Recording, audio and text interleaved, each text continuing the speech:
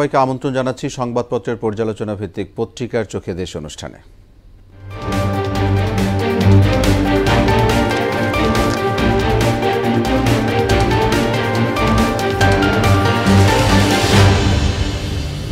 দেশের শীর্ষ দৈনিকগুলোর প্রধান প্রধান শিরোনাম নিয়ে পত্রিকার চোখে দেশ অনুষ্ঠানে আমন্ত্রিত অতিথি মোহনা টেলিভিশনের সিনিয়র রিপোর্টার নাসির উদ্দিন। নাসির, আপনাকে স্বাগত জানাচ্ছি স্টুডিওতে। ধন্যবাদ আপনাকে।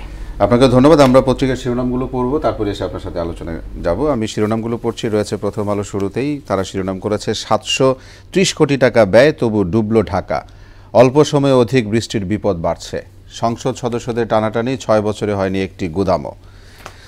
ইত্তেফাকের শিরোনাম দেখব, রেকর্ড বৃষ্টিতে নাকাল নগরবাসী, নিউ মার্কেট দোকানে পানি, ব্যবসায়ীদের ক্ষতি, গ্যাস উৎপাদন সর্বনিম্ন পর্যায়ে, বিক্ষোভে সরব ছিলেন শিক্ষার্থীরা, কোটা আন্দোলনে হামলার প্রতিবাদ।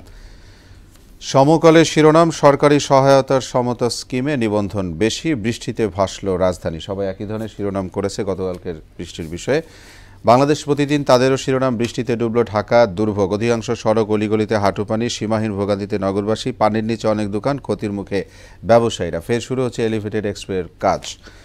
যুগান্তরের শিরোনাম দেখব, জলজটে নাকাল নগরবাসী, রাজধানীতে 6 ঘন্টা 130 মিলিমিটার বৃষ্টি, কর্মেই চিরকাল বেঁচে থাকবেন নুরুল ইসলাম। দেশ রূপান্তরের শিরোনাম, ঢাকা জলে ঢাকা, জন্ম নিয়ন্ত্রণ সামগ্রীর মজুদ শূন্য, টানা হরতাল অবরোধের চিন্তা, সারা দেশে বিক্ষোভ, আজ নতুন কর্মসূচি, কোটা বিরোধীর বিষয়। বণিক বার্তা শিরোনাম করেছে, চাহিদার তুলনায় উৎপাদন বেশি, উৎপাদন খরচ মাত্র 10 টাকা, তবু আলুর কেজি 60 টাকা। কি ভুল হয়েছে বাংলাদেশের চীন নীতিতে? The daily star, ডাউনপোর ড্রাউন্স parts of Dhaka, reforms must be well through out, experts say 2018 quota abolishment done hurriedly.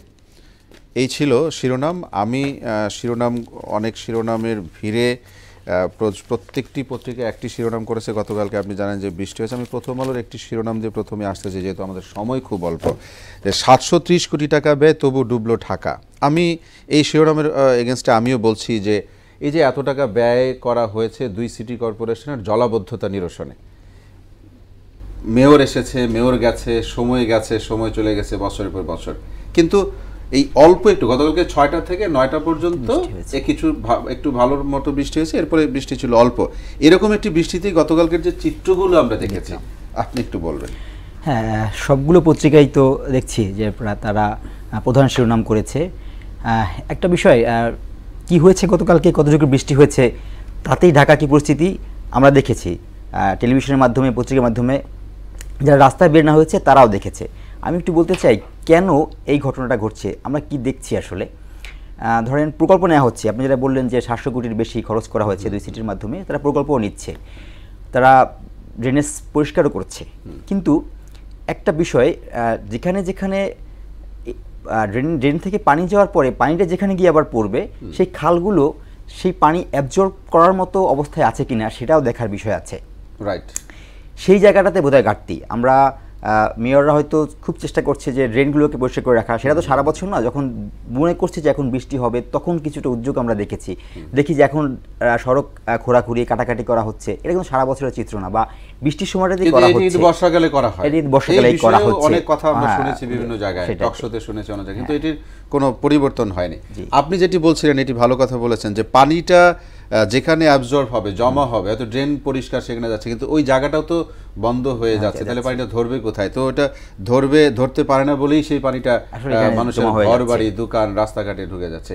আচ্ছা, আমি একটি বিষয়ে জানি যে আপনার কাছেও জানতে চাই, যে সিটি কর্পোরেশন এই যে পানি নিষ্কাশনের দায়িত্বটা ওয়াসার কাছে ছিল, সিটি কর্পোরেশন সেটি স্বেচ্ছায় নিয়েছে বলে আমরা জানি, নিয়ে কি লাভ হয়েছে একটু বলবেন কি? না, আসলে যে উদ্দেশ্যে নেওয়া হয়েছিল সেই উদ্দেশ্য এখনো পর্যন্ত দৃশ্যমান কোনো উন্নতি আমরা দেখি না। আপনি দেখেন যে পত্রিকার শিরোনামগুলো যদি আমরা কিছু ছবি দেখি, যে কোথাও কোথাও কোমর পানি পর্যন্ত হয়েছে। তো এই অল্প বৃষ্টিতে যদি রাজধানীতে এরকম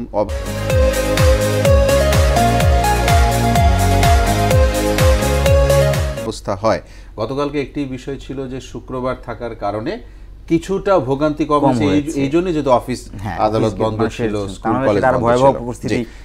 জি, আমরা আরেকটি শিরোনাম নিয়ে আপনার কাছে অল্প একটু সময় যেতে চাই। কোটা বিরোধী আন্দোলন 12 দিন যাবত চলছে, এই বিষয়ে আপনি একটু বলেন।